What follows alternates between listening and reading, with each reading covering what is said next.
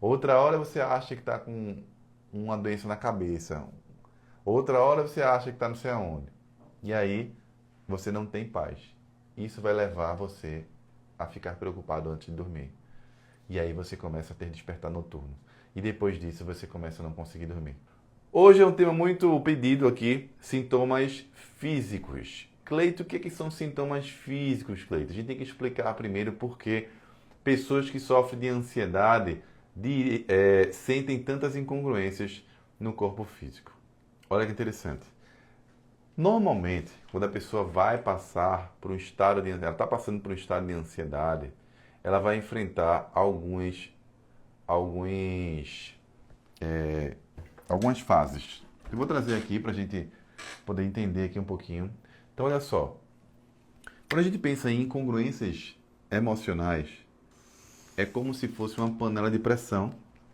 É como se fosse assim, ó, uma panela de pressão. Então, isso aqui, vou jogar fora isso aqui que não serve mais.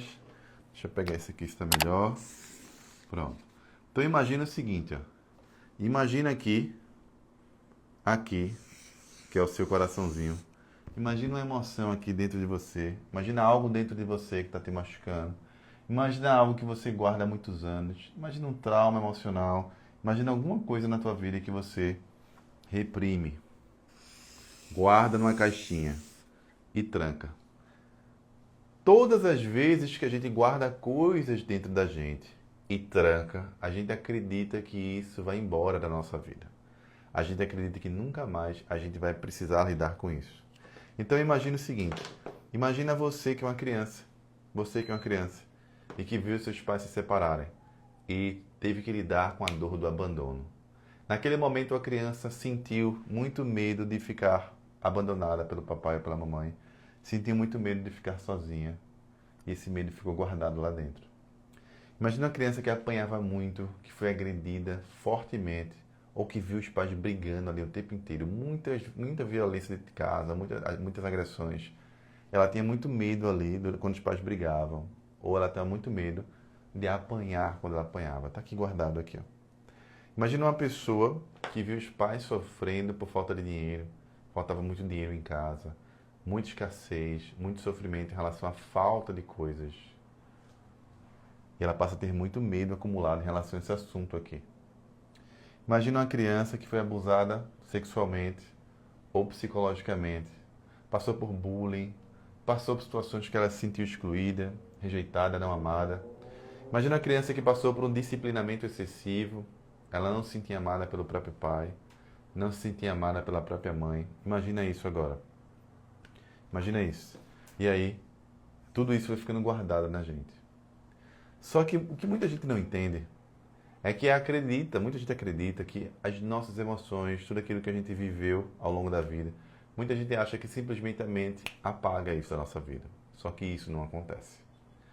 Isso não acontece. Isso fica guardado dentro da gente. E em algum momento, a vida continua. E à medida que a vida continua, você vai tendo outras experiências que vai te trazendo medo, dores emocionais, pressão, desafios da vida. Então, cada vez que você vai passando por experiências na vida, o seu corpo vai guardando, a sua mente vai guardando essas emoções que você não sabe lidar. Então, uma pessoa que se cobra muito, por exemplo, porque ela tem dentro dela aquela coisa do medo de fracassar. A autocobrança é muito voltada ao medo do fracasso. A autocobrança está vinculada à necessidade de reconhecimento do papai ou da mamãe. Então imagine aquela pessoa que se cobra muito. Ela fica guardando a autocobrança aqui, ó, no peito, dentro dessa região. Aguarda isso e fica dentro dela. Imagina uma pessoa que ela tem muitos medos na mente, preocupações, medo do futuro, medo da escassez que ela viveu lá atrás, medo da rejeição, medo de ser abandonada, medo de ser traída, medo de o que vai acontecer amanhã, medo de ser ferida, medo de falar e ser rejeitado, medo de se posicionar. A pessoa vai guardando aqui, ó, o tempo inteiro. Só que aí é onde começa a nossa live de hoje. É nesse ponto que a gente começa a nossa aula de hoje.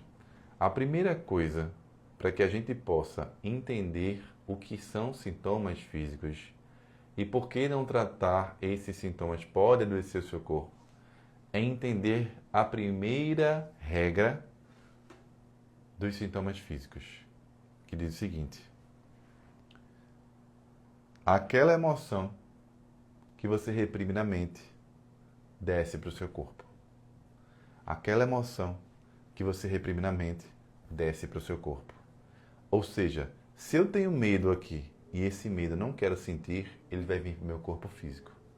Se eu tenho rejeição aqui e eu não quero sentir essa rejeição, ela vai vir para o meu corpo físico. Se eu tenho raiva aqui e eu não quero expressar essa raiva, ela vai vir para o meu corpo físico. Se eu tenho muita tristeza aqui e eu não quero lidar com a tristeza, ela vem para o meu corpo físico. Se eu tenho muita culpa e eu não quero ter que sentir essa dor da culpa, ela vem para o meu corpo físico. E essa regra não tem exceção. Aquilo que eu reprimo na mente, desce para o corpo. E olha que interessante. Quando aquilo que eu reprimo na mente desce para o meu corpo,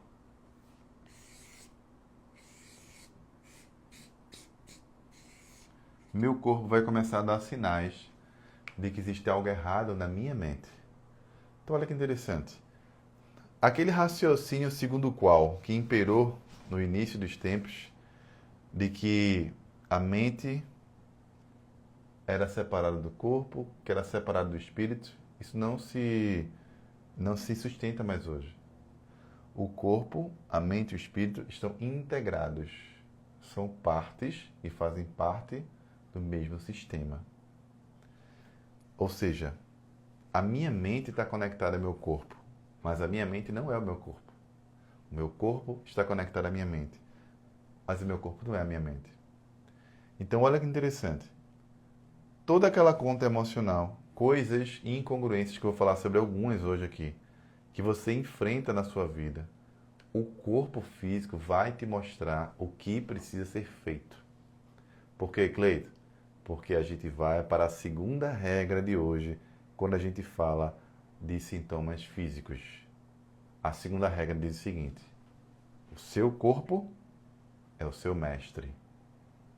O seu corpo é o seu mestre e não o seu algoz.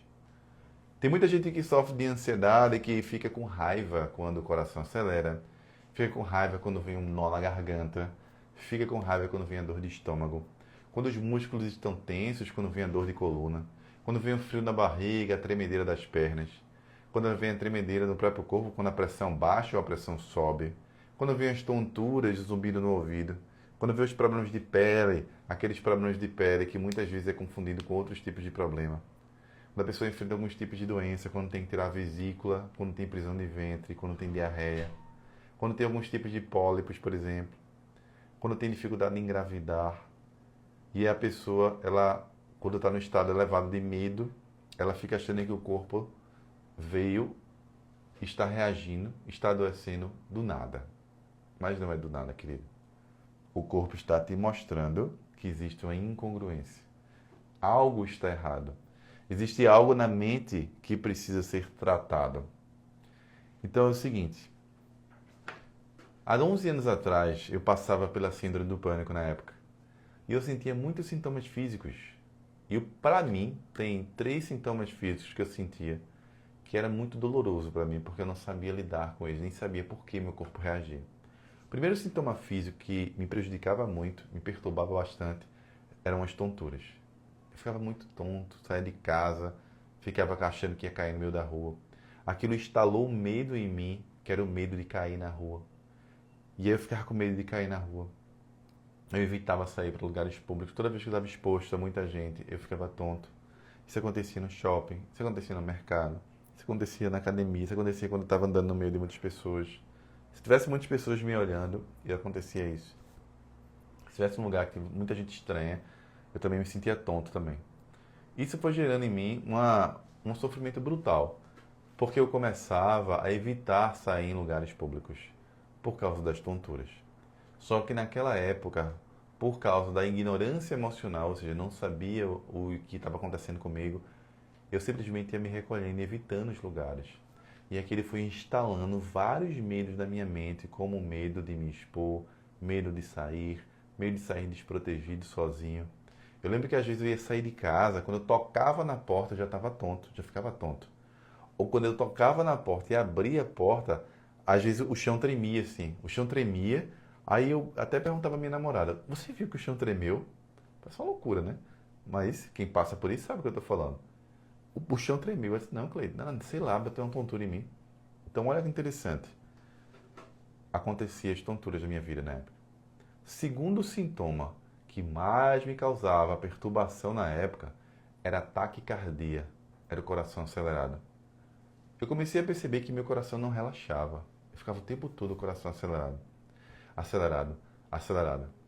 E eu comecei a notar meu coração acelerado depois que eu tive a minha primeira crise de pânico na academia. Então, quando eu tive minha primeira crise de pânico e eu fui para o hospital, tive outra crise, fui para o hospital, outra crise, fui para o hospital, o que é que acontecia? O médico dizia, você não tem nada, Cleiton, você só tem ansiedade. Só que eu não sabia o que era, o que estava acontecendo comigo. E aí o coração acelerava, aquilo me perturbava, porque aí eu ficava o tempo todo querendo fugir da aceleração do coração. Então, olha o que vai acontecer com pessoas que vivenciam sintomas físicos. Ela vai querer fugir dos próprios sintomas. A pessoa vai querer fugir do sintoma físico. Quando o coração reage, ela quer se livrar daquilo. Quando ela está tonta, ela quer evitar aquilo. Então, a gente evita o confronto com o sintoma. A gente reprime. Olha que coisa interessante que eu estou falando aqui, ó. A gente reprime aquilo que já está reprimido. Aquela emoção que você reprimiu. Tá como se fosse uma panela de pressão em ebulição, querendo sair aqui, ó. Aquela raiva quase explosiva querendo sair. Aquele medo brutal querendo sair, você não quer sentir aquele medo. Só que as crises de pânico começaram. Só que aí, o teu coração já está dando sinais. Terceiro sintoma físico que me perturbava muito na época era a falta de ar. A falta de ar. E a falta de ar começou muito antes do pânico, eu não sabia, eu não percebia que eu tinha falta de ar. Então, por exemplo, se eu fosse falar com uma pessoa estranha a mim, que eu não era da minha roda, e a pessoa, eu achasse a pessoa, sei lá, arrogante, achasse que a pessoa tinha um padrão social mais alto que o meu, eu ficava nervoso e faltava ar. E aí eu não percebia que faltava ar, faltava voz, minha garganta às vezes entalava, vinha um nó na garganta, ou depois vinha uma amidalite. Depois eu ficava com a garganta inflamada. Essa falta de ar acontecia às vezes quando eu tinha que entrar em conflito com alguém, quando eu tinha que me posicionar, quando eu tinha que falar uma coisa que eu penso, quando no trabalho, quando eu tenho que chamar a atenção de um subordinado meu, eu era chefe da unidade da Receita Federal de Atendimento, então nessa época tinha mais ou menos entre 12 e 15 pessoas que eram subordinadas a mim, e aí toda vez que eu tinha que falar com essa pessoa, eu não conseguia falar, faltava ar, faltava ar. Às vezes eu estava preocupado se eu ia conseguir pagar as contas do mês. Estava lá endividado. E aí eu ficava sem dormir, preocupado. E eu acordava com falta de ar à noite. Do nada eu acordava com falta de ar. Eu dizia, meu Deus, acho que eu ia ficar sufocado. Só que olha que interessante. Quando eu acordava com falta de ar, aquilo já era crise de pânico, crise de ansiedade e crise de pânico. Só que eu não sabia o que era uma crise de ansiedade ou de pânico. Olha que interessante, eu não sabia que a falta de ar e acordar no meio da noite era uma crise de ansiedade. E aquilo acontecia de maneira tão natural para mim que eu acabei acostumando. Então olha só que interessante, a gente se acostuma a sentir uma dor física. Se acostuma a sentir uma dor física. E você passa tanto tempo sentindo essa dor, que você acaba se acostumando com essa dor. O problema dos sintomas físicos, quando você não sabe a causa, é que você se acostuma a ficar mal, se acostuma a ficar com dor de estômago, se acostuma a ficar tonto, se acostuma a ter visão turva, se acostuma a ter falta de ar, se acostuma a ter coração acelerado. Então eu lembro que às vezes eu comecei a desenvolver um medo de ficar sem ar. Parece loucura, né? Mas para quem tem ansiedade, isso é uma realidade. Eu despertava, sempre que eu estava preocupado, eu acordava no meio da noite, sem ar. Às vezes eu acordava com uma pancada nas costas, assim. Era como se alguém tivesse dado uma pancada em mim. Eu acordava assim, ai meu Deus, sem ar. E olha que interessante. Eu comecei a desenvolver o primeiro estágio de ansiedade elevada, que é a dificuldade em dormir a noite toda. Eu começava a despertar no meio da noite sem ar. E eu comecei a desenvolver alguns medos que eu não tinha. Como, por exemplo, o medo de morrer no meio da noite. O medo de ficar sem ar. Então, olha só que interessante.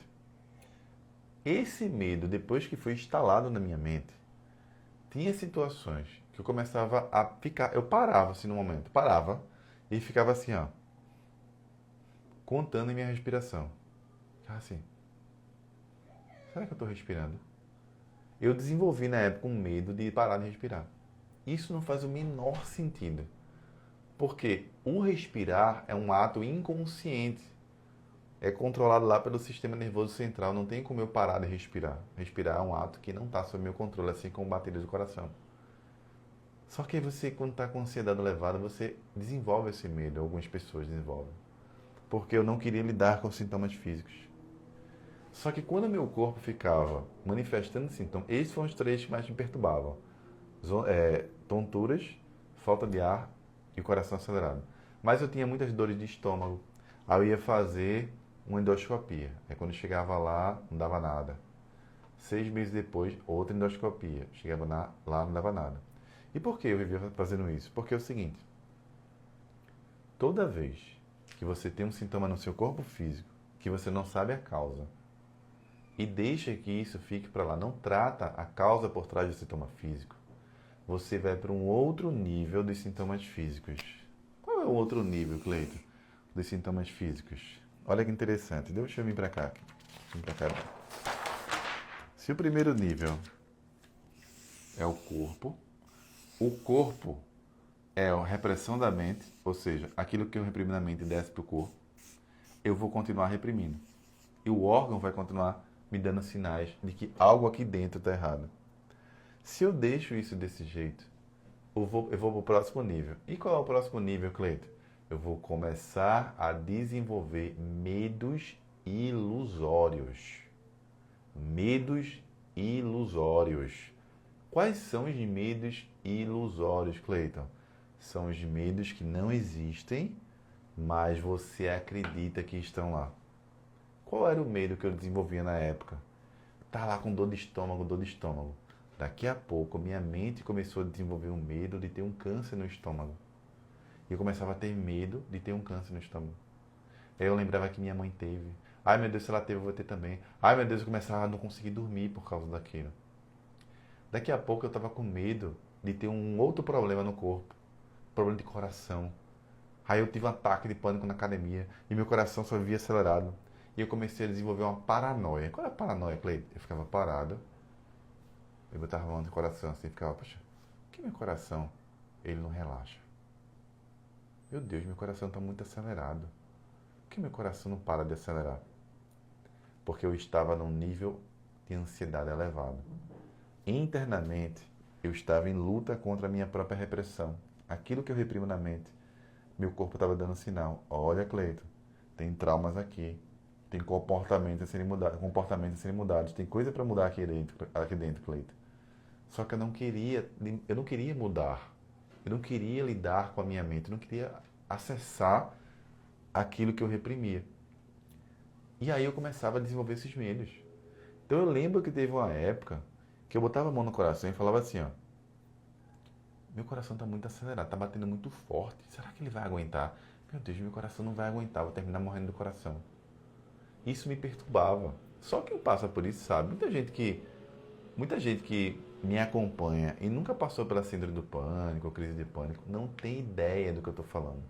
Mas se você vive isso, você sabe o que eu estou falando. Então esses medos ilusórios começam a aparecer por causa dos sintomas físicos. Aí daqui a pouco eu estava com medo de adoecer do coração. Daqui a pouco eu estava achando que eu tinha problema no coração. Daqui a pouco eu estava achando que eu tinha um câncer. Daqui a pouco eu tinha problema no estômago. Daqui a pouco eu achava que tinha problema de pele. Daqui a pouco eu achava que tinha um problema na coluna. Daqui a pouco, o tempo inteiro eu estava achando que estava doente. Isso me perturbava.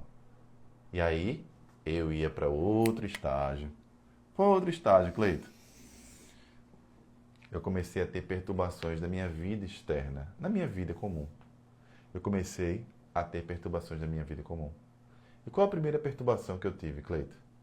Foi o medo de não conseguir dormir. Como eu estava com muita coisa na cabeça, como eu estava ali perturbado, medos apareciam o tempo inteiro. E o mais interessante, esses medos ilusórios, por causa da repressão no corpo físico, eles começam a aparecer de maneira aleatória.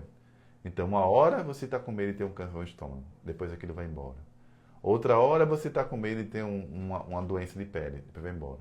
Outra hora você acha que está com uma doença na cabeça.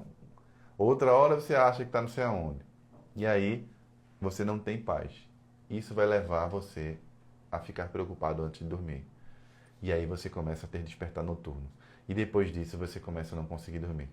E aí quando você não conseguir dormir, o que vai acontecer? Você começa a ter medo de não conseguir dormir. Então o próximo estágio é o seguinte. Você começa a ter medo de não conseguir dormir. Você não dorme e diz, meu Deus, será que hoje eu vou dormir? Será que hoje eu não vou dormir? Será que hoje eu vou dormir? Será que hoje eu não vou dormir? E o corpo está reagindo. Então, olha só alguns exemplos de sintomas físicos. Tem vários sintomas físicos. Vários. Associados a várias incongruências na sua vida. O primeiro aprendizado que eu vou dar nessa live aqui é o que você precisa notar. Que é o seguinte. Se o meu corpo reage, é porque existe uma causa para isso acontecer. O meu corpo não vai despertar do nada. Não vai despertar do nada. O corpo vai reagir quando algo estiver incongruente na minha vida. Toda vez que você experimentar uma incongruência, o corpo vai te avisar. Então, por exemplo, imagina aquela menina, aquela mulher que era apaixonada pelo seu namorado ou pelo seu marido e de repente descobre que o seu marido não quer mais você e ele vai embora com outra mulher. Ela sente muita raiva daquele marido, muito medo do abandono, de ficar só e não conseguir dar conta do mundo, da vida, não conseguir dar conta daqueles que estão lá do lado dela como os filhos. E ela começa a engolir essa experiência, mas não consegue processar a experiência de ter sido traída ou a experiência de ter tido o marido indo embora de casa. A mente dela não consegue lidar com isso, porque aqui dentro já existem muitas marcas de abandono, de rejeição. É mais uma rejeição que chegou. Só que dessa vez a experiência foi dolorosa. E aí ela vai, recebe a experiência e ela fica dentro dela. E onde é que fica, Cleito, essa experiência? Fica num órgão chamado estômago. O estômago é o processador natural de 3 emoções: medo, raiva e culpa. Todas as vezes que você sentir um medo que não souber lidar e processar ele, vai ficar no estômago. E o estômago vai te dar um sinal. Todas as vezes que você tiver uma raiva e não conseguir digerir e processar essa raiva, você vai guardar no estômago. Então é a raiva que eu não coloquei para fora, ou é a raiva que está dentro de mim e eu não consigo externalizar.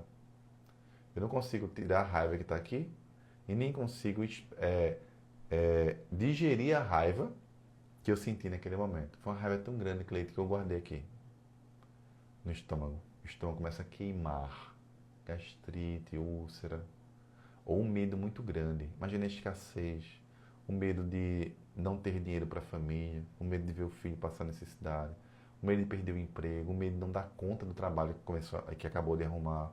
E aí eu começo aqui, ó, a sentir uma queimação no estômago. Aí eu como alguma coisa e não consigo digerir. E olha que interessante, muitas pessoas que estão vivendo incongruências emocionais, no medo, na raiva, na culpa, às vezes vai comer algo e o estômago está em luta e fuga ali, em luta e fuga, tentando processar aquela experiência e não consegue. E aí eu coloco comida. E aí naquele momento a pessoa tem uma indigestão. Às vezes o estômago para, a pessoa fica ali com indigestão. Vai bater no hospital às vezes. Ou vai vomitar. Ou vai sentir muita dor de estômago quando come. E aí a mente vai associar isso a achar que está doente e o ciclo fica lá completando. Completa o ciclo. Isso é um exemplo de um impacto emocional, incongruência fora, que causou problemas no estômago. Sabe aquele chefe que você discutiu com ele ou queria ter discutido e não conseguiu? Você guardou aquela emoção, fica no estômago. Sabe aquela situação que eu falei aqui de medo que você passa, por exemplo, o medo de faltar algo, de não conseguir algo, o medo, preocupação de não dar conta de determinada situação no futuro, preocupações, pensamentos negativos, esses medos podem vir para o seu estômago. Sabe aquela pessoa que ela não consegue falar o que ela pensa? Que ela não consegue se posicionar? Ela tem dificuldade em falar? Todas as vezes que você engolir palavras, ou não conseguir falar palavras, falar coisas, se posicionar, a sua garganta vai sofrer. Vai ficar presa aqui a experiência de se posicionar, a experiência de poder falar o que quer. E a pessoa começa a ter bolo na garganta, sensação de nó, preso aqui, ó. Rouquidão quando está sob estresse. A pessoa está aqui, ó, conflitos em relação a posicionamento, a falar o que pensa. Conflitos relacionados a coisas que eu entalei e não estou sabendo desentalar na minha vida. E aí, normalmente esses conflitos vão aparecendo e elevando a sua ansiedade. E o corpo está aqui, dando sinais. E a pessoa daqui a pouco acha que tem um câncer na garganta. Daqui a pouco a pessoa acha que tem problemas na garganta. E o que ela precisa fazer? Tratar as raízes do medo da rejeição. Pessoas que têm medo da rejeição não conseguem falar o que pensam. Não conseguem declamar aquilo que carregam no coração. Guardam sentimentos dentro de si. Guardam coisas para si. Não conseguem falar para aquela pessoa que está pensando. Recebem, muitas vezes, coisas do meio externo, pode ser do marido, da esposa, do filho, daquele colega de trabalho, do chefe. E ela vai ouvindo e guardando aqui, ó. Vai guardando. E fica aqui entalado na garganta. Às vezes, a pessoa começa a associar isso a medos de adoecer. Estou doente, algum problema aqui, Cleito. Isso vai ficando pior. Isso vai ficando pior. Então, olha só que interessante. Muitas vezes,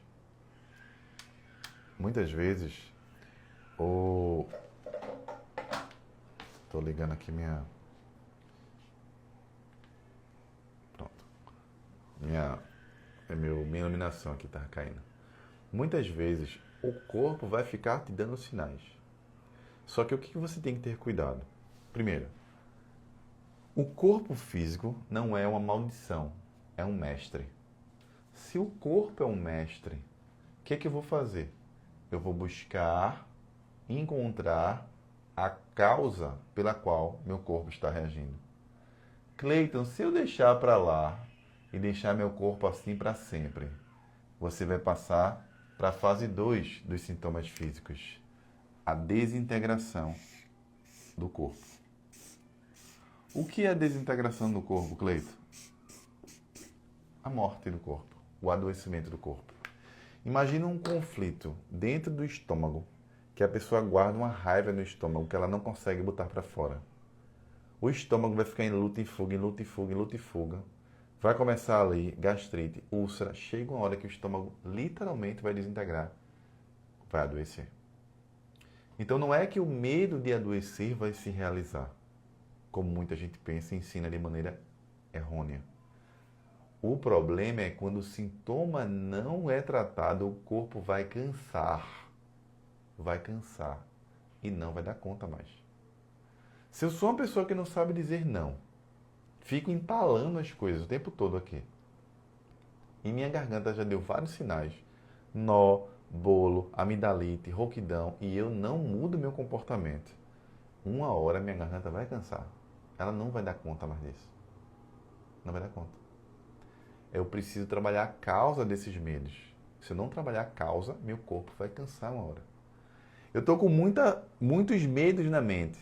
Medo de ficar só, medo do futuro, medo em relação a outras pessoas, medo de estranhos. A mente tá ali tonto, tonto, tonto. Você nunca trata isso. Chega uma hora que a sua cabecinha, querido, não vai aguentar mais. Não vai. Porque o corpo físico é um mestre. Ele está dizendo, muda, Samara. Vanessa, você precisa tratar as suas raízes. Vanessa, você precisa olhar o que está errado aqui dentro. Vanessa, tem coisas aqui dentro que tem que ser vistas. Tem comportamentos para mudar, tem coisas na sua vida que tem que mudar. Eu lembro que um pouco antes de sair da Receita Federal, eu tinha 2 sintomas físicos. E já tinha passado pelo pânico muito tempo já. Eu sentia dor de estômago quando eu ia trabalhar. E eu sentia muitas dores na coluna. Então eu estava lá, muita dor na coluna, dor na coluna. Dizia, problema é da cadeira. Comprei uma cadeira caríssima, caríssima, porque eu dizia que o problema era da cadeira. E aí eu troquei a cadeira e mesmo assim eu sentia muita dor na coluna. Muita dor na coluna. E aí, dor de estômago, dor de estômago. O que eu descobri depois? Por conhecer técnicas que me permitem acessar isso. Por ter conhecimento que me permitem acessar isso. O que eu descobri depois? Eu descobri que eu tinha que tomar uma decisão na minha vida. Trabalhar em algo que fosse congruente com os meus propósitos, com o meu propósito de vida. Como eu estava incongruente, ou seja, trabalhando em algo que não fazia parte do meu chamado espiritual, eu estava assim, ó, desalinhado. Se eu estava desalinhado, eu tinha uma decisão a tomar, seguir meu propósito. Se eu não sigo o meu chamado, eu estou me curvando para a vida. Eu estou em padrão que a gente chama de submissão pessoal. Se eu estou em padrão de submissão pessoal, dor na cervical, dor na lombar, que é a submissão ainda maior, eu estou me sentindo impotente, eu estou me sentindo paralisado, porque eu não saio do ambiente que não é mais o meu chamado.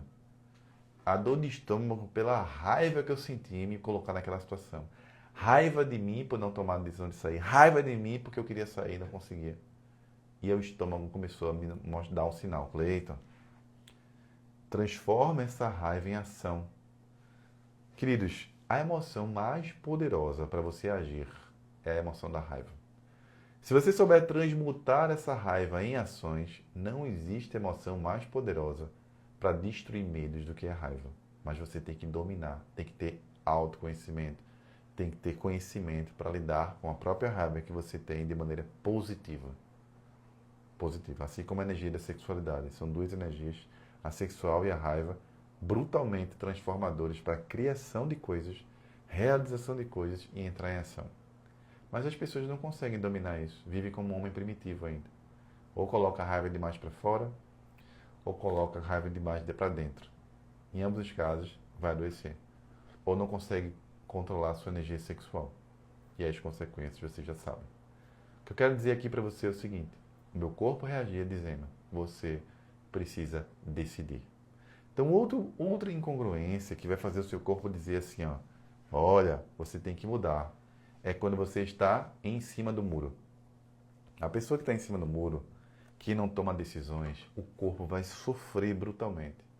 Vai sofrer brutalmente. Por quê? Porque não existe em cima do muro para o cérebro. O cérebro só tem 2 padrões. Ou eu luto, ou eu fujo. Ou eu luto, ou eu fujo.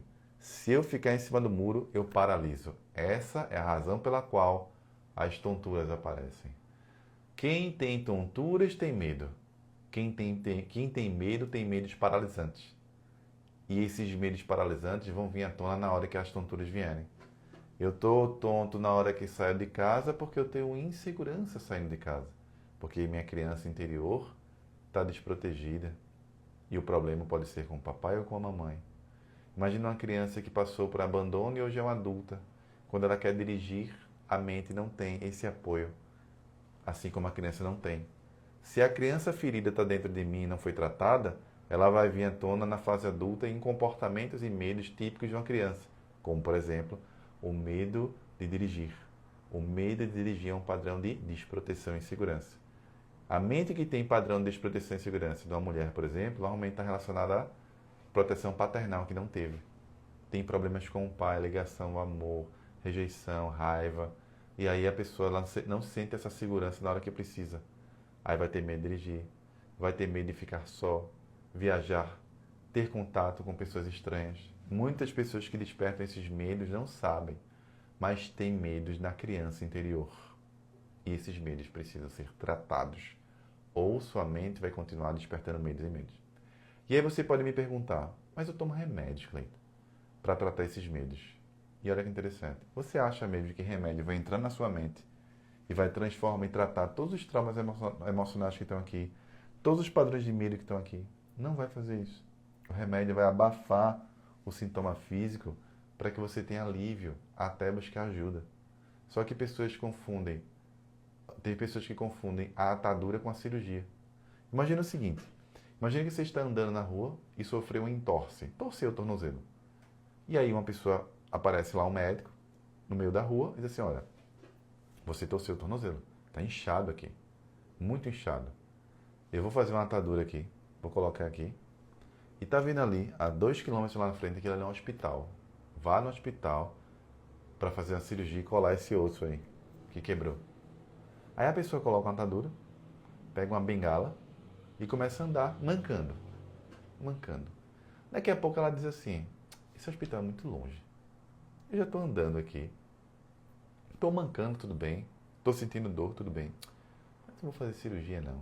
É muito doloroso cirurgia. Eu vou levar a vida desse jeito.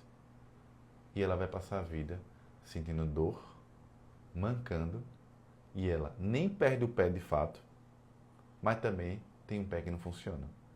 É exatamente assim as pessoas que vivem em ansiedade e medo, mas não tratam a causa, ficam só à base de remédios.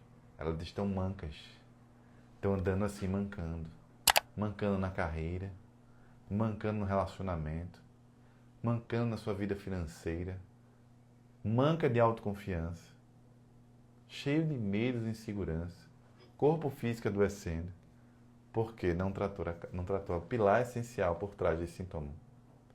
Essa aula é só uma iniciação, é só um nível guti-guti para despertar em você o primeiro nível de consciência dos sintomas físicos, que é entender todo sintoma tem uma causa. Aquilo que eu reprimo na mente desce para o corpo. Meu corpo é o meu mestre, meu guia. Meu corpo sinaliza o que eu tenho que mudar. E toda vez que meu corpo sinalizar, vai ter 2 coisas pelo menos a fazer. 3 coisas. Primeira, normalmente quando a gente tem sintoma físico, existe um comportamento a ser mudado. Segundo, normalmente quando eu tenho um sintoma físico, exige uma decisão a ser tomada. Terceiro, normalmente quando eu tenho um sintoma físico, existe uma raiz emocional de medo. Normalmente, 90% dos casos é medo, por trás desses sintomas. 1000 corações para vocês e até a próxima quinta. Valeu, queridos.